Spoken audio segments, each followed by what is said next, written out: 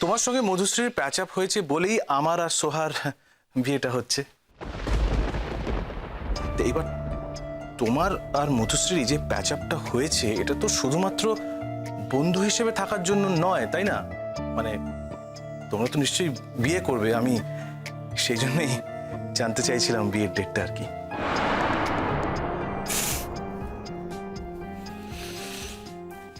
অন্তত 6 তারিখের আগে নয়। আর তা যখন নয় ঋষি, সামনে যখন তোমাদের বিয়ের তারিখটাই ঠিক হয়েছে তখন সেটা নিয়ে কথা বলা ভালো নয়? পরেরটা নয় পরে দেখা যাবে। তা ঠিক। তবে কি জানো আয়ুষ, আমি একটা কথা খুব বিশ্বাস করি, যে ভালো খবর বাতাসের আগে ছড়িয়ে পড়ে।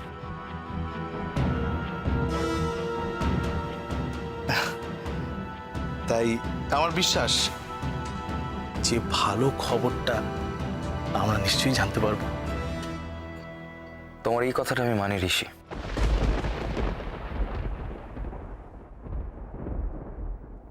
ভালো খবর সবসময় বাতাসের আগে ছড়িয়ে পড়ে, আর তাই তো তোমাদের এই ভালো খবরটা আমি জানতে পারলাম।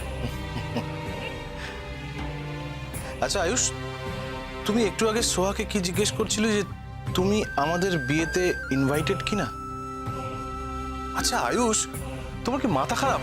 তুমি কি করে ভাবলে যে আমাদের বিয়েতে তুমি ইনভাইটেড হবে না? হ্যাঁ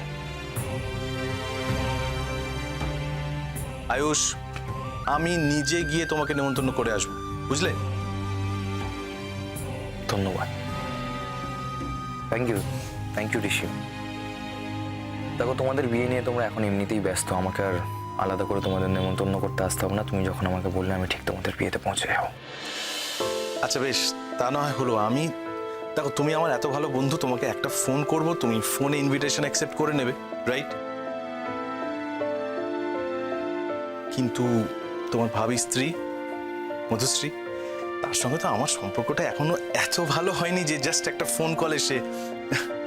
আর তাছাড়া এখন তো তোমাদের দুজনকেই একসঙ্গে বলতে হবে, তাই না? একা তো আর তোমায় বলা যায় না।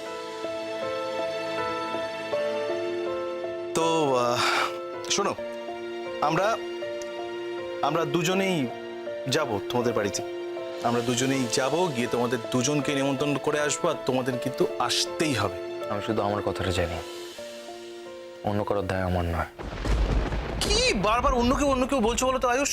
হ্যাঁ, যার সঙ্গে দুদিন পরে তোমার বিয়ে হবে সে অন্য কেউ কি করে হয়? এনিওয়ে, আমার এখন রাখতে হবে। ও ঠিক আছে, তাহলে ওই কথাই রইলো।